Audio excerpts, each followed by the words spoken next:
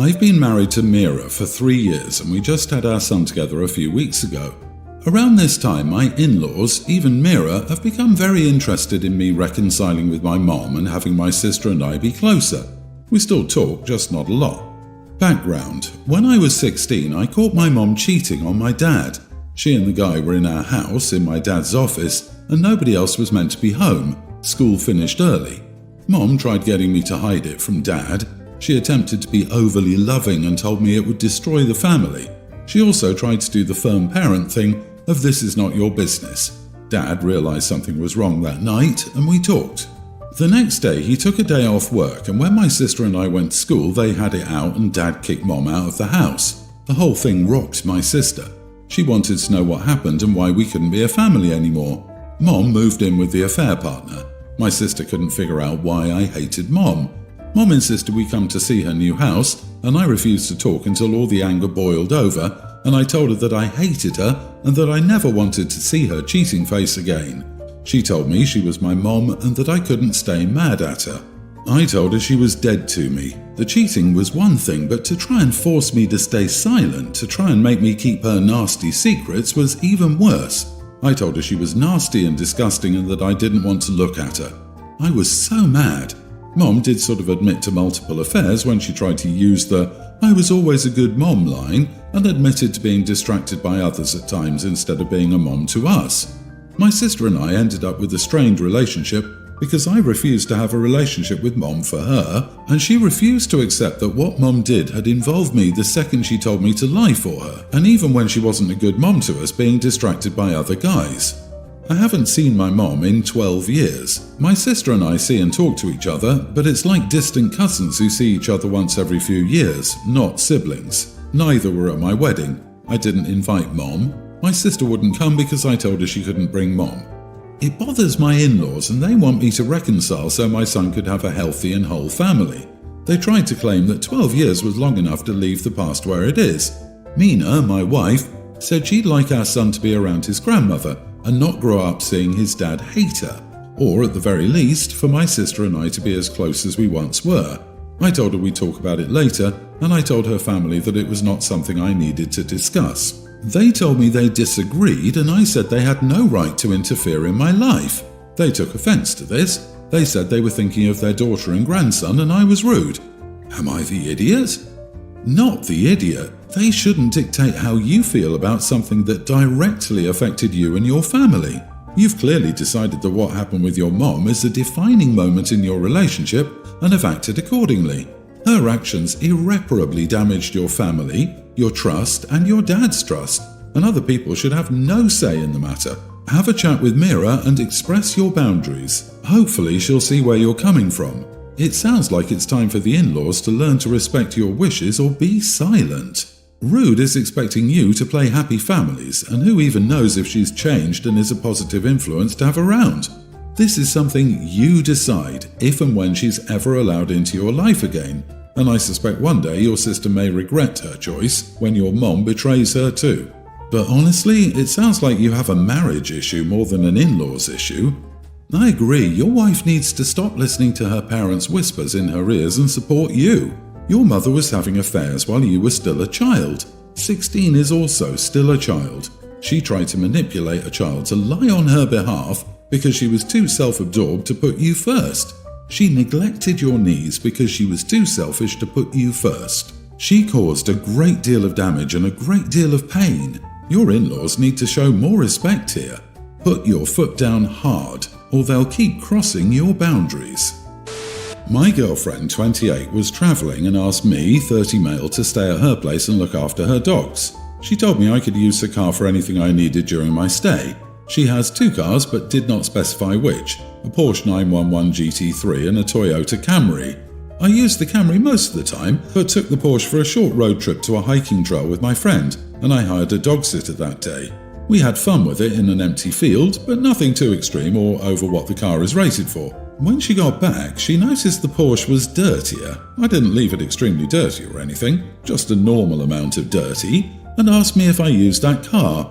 I said I did, but only once. She got upset and said that I should have known when I said the car she meant only the Toyota, as she always refers to the Porsche as the Porsche, or the GT3. She herself only uses that car for special occasions and sometimes takes it to a track, and our trip counted as a special occasion. She got the car checked as she claimed it felt different and came back with a costly maintenance quote and told me I should pay for the suspension and undercarriage damage parts of the bill. I feel like she's being an idiot. I only used it for one day, and I said I didn't know how maintenance was part of the deal and that I felt tricked. I offered to pay for the whole service of the Camry the next time it needs it. She got the other car knowing the maintenance is high for her hobbies and is trying to shift the maintenance cost to me. Am I the idiot? We did have fun with it in an empty field, but nothing too extreme or going over what the car is rated for. Yes, you are the idiot.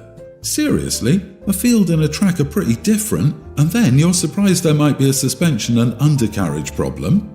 OP thought driving with his buddy to a field to burn out his girlfriend's Porsche while she was out of town was a special occasion. What the heck was OP thinking?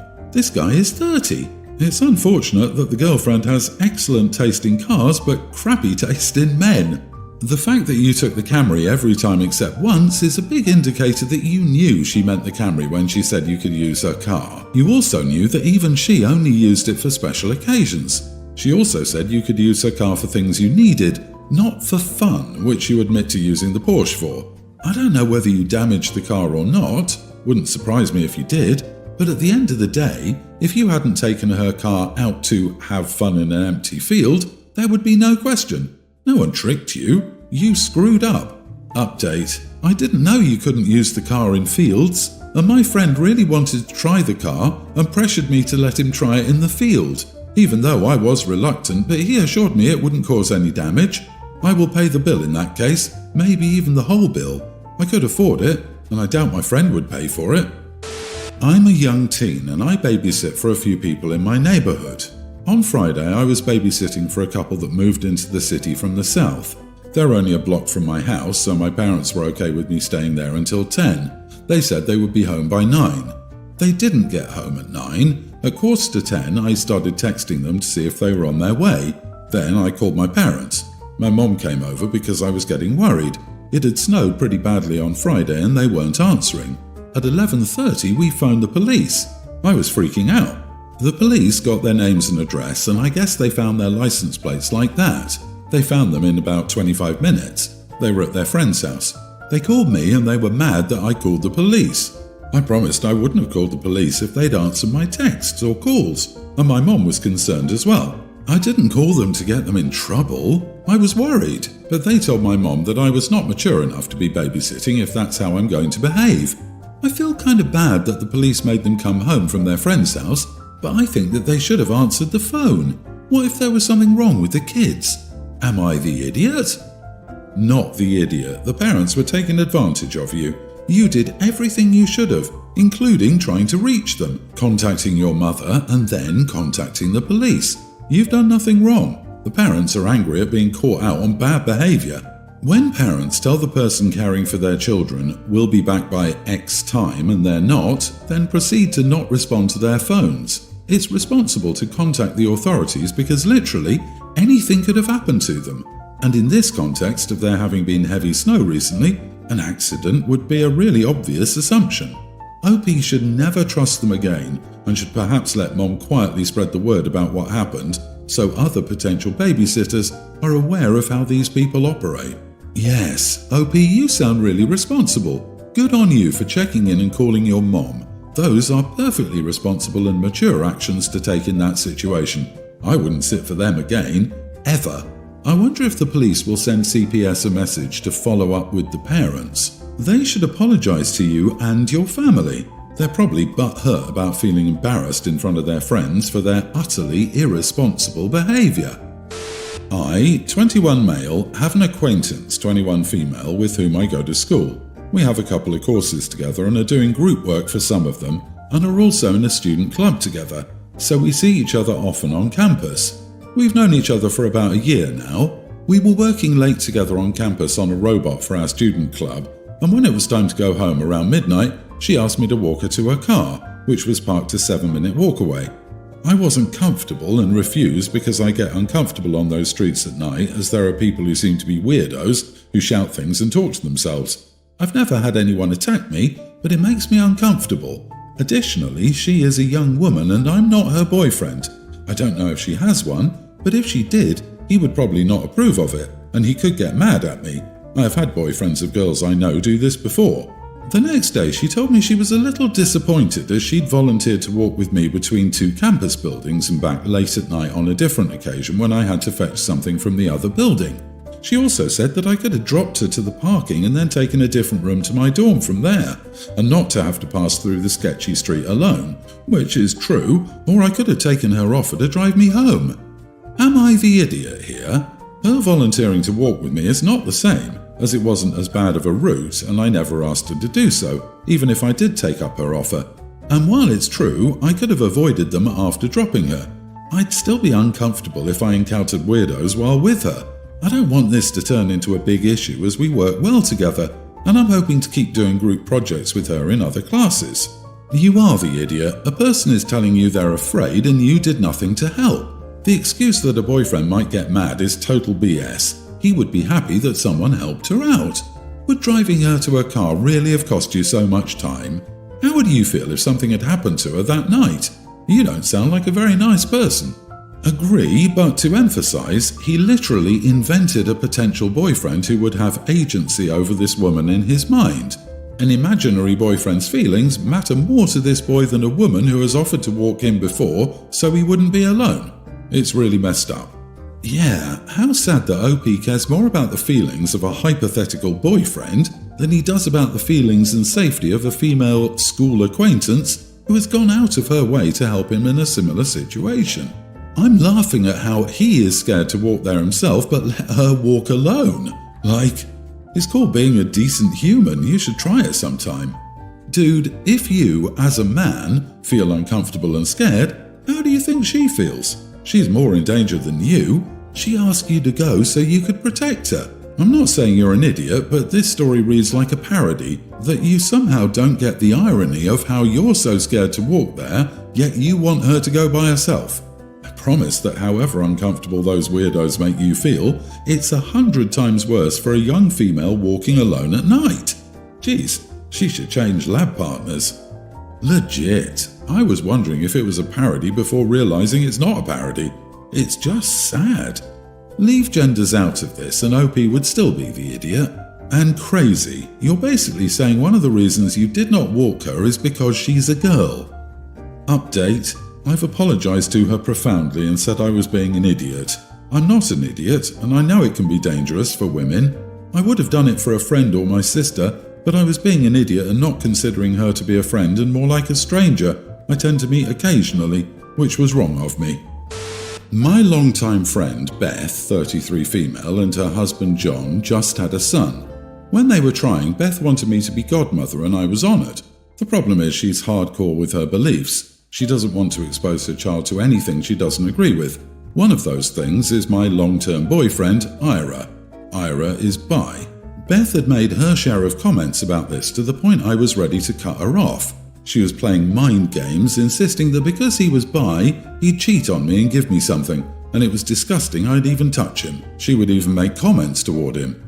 Now, because she doesn't want her child to be exposed to anything against her beliefs, she told me I could still be godmother, but I could not let her child near Ira, mention Ira or his lifestyle, which simply consists of work, school, exercise and gaming. I thank Beth for asking me, but it was the final straw and I explained our friendship was over and never to contact me.